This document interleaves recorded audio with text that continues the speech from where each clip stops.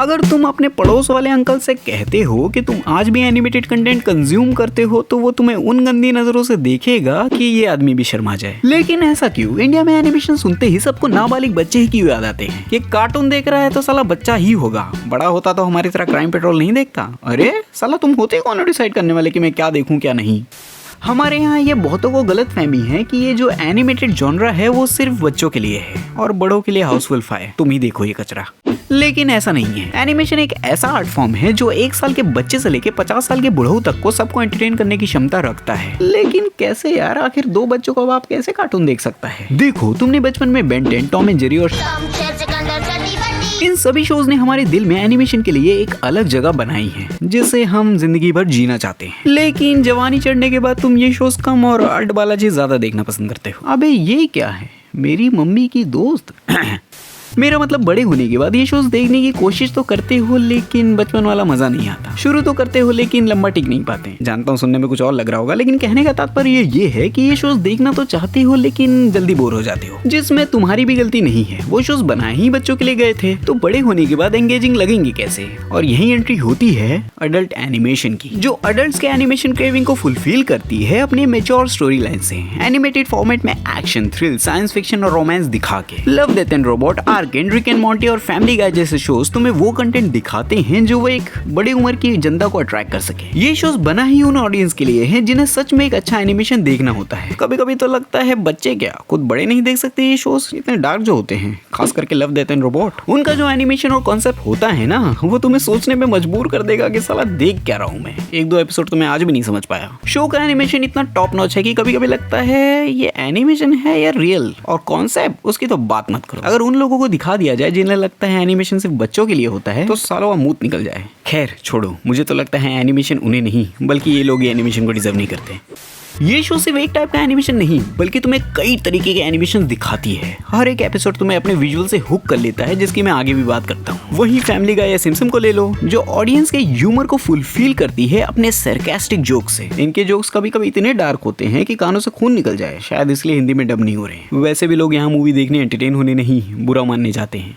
Invincible जैसे shows अपनी stylish brutality के लिए और हॉर्स अपने भयंकर अडल्ट कॉमेडी के लिए। और साला क्या डबिंग की है नेटफ्लिक्स ने इस शो की, घर वालों के सामने तुम प्ले नहीं कर सकते। अबे पैदाइशी गधे के गू के ढेर, चश्मिश हद हो गई।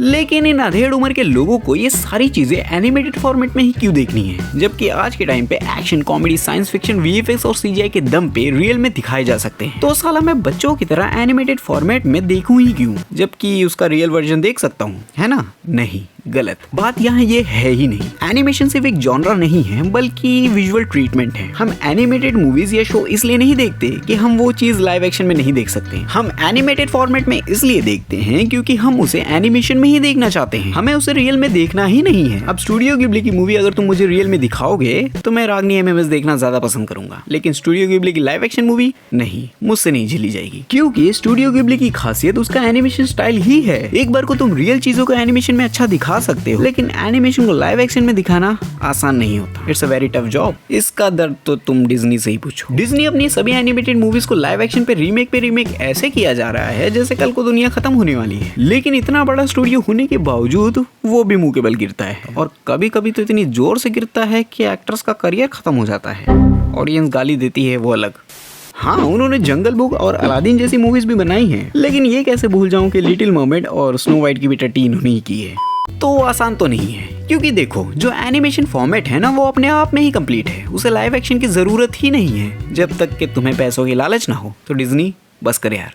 खैर, तो हम कहाँ थे? Visual treatment. Animated content story wise और थीम वाइज चीजों को तो दिखाता है, लेकिन जो उसका सबसे बड़ा की पॉइंट होता है ना, वो उसका विजुअल ही होता है। एनिमेटेड मूवीज में स्टोरी, कैरेक्टर डेवलपमेंट वो सब तो ठीक है, लेकिन मूवी शुरू होते ही मूवी का एनिमेशन स्टाइल आपको हुक कर लेता है। बाकी चीजें भी जरूरी होती हैं, लेकिन उस मूवी का एनिमेशन स्टाइल सबसे बड़ा फैक्टर होता है किसी भी एनिमेटेड मूवी को देखने का, है ना? क्योंकि जो स्टनिंग विजुअल्स आप एनिमेशन में देखते हो वो एनिमेशन फॉर्मेट में ही अच्छे लगते हैं। अब कल को love, death and and robot का लाइव एक्शन नेटफ्लिक्स बनाता है तो वो बना ही नहीं सकता, क्योंकि वो पॉसिबल ही नहीं है। लव डेथ एंड रोबोट अपने लाजवाब प्लॉट के लिए तो जाना जाता है, लेकिन उससे ज्यादा वो अपने एनिमेशन स्टाइल के लिए जाना जाता है। उनका हर एक एपिसोड आपको शॉक और सरप्राइज करने की एबिलिटी रखता है। मैं खुद उनके एनिमेशन स्टाइल का फैन हूँ, तो इनके एनिमेशन स्टाइल को लाइव एक्शन में दिखाओगे ही कैसे? इट्स नामुमकिन। तो यार visuals are also very big key point, जिसके कारण अडल्ट्स एनिमेटेड कंटेंट देखना पसंद करते हैं। बस ये चीज अभी इंडियंस पूरी तरीके से समझ नहीं पाए कि अडल्ट एनिमेशन कितना बड़ा मार्केट है। इंडिया में इसे बहुत हल्के में लिया जाता है और कहा जाता है बड़े एनिमेशंस नहीं देखते,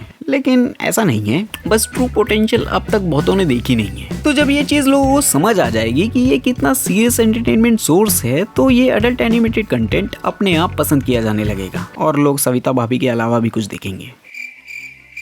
तो जनता लोग, वीडियो पसंद आई हो तो कमेंट्स में एक दिल जरूर छोड़ते जाना। साथ ही कभी सोचा है कि इंडियंस टोबी मैगवायर के स्पाइडरमैन को इतना पसंद क्यों करते हैं? क्या टोबी मैगवायर उनके बुआ का लड़का है? तो इस वीडियो पे क्लिक करो, आओ अभी बात करते हैं।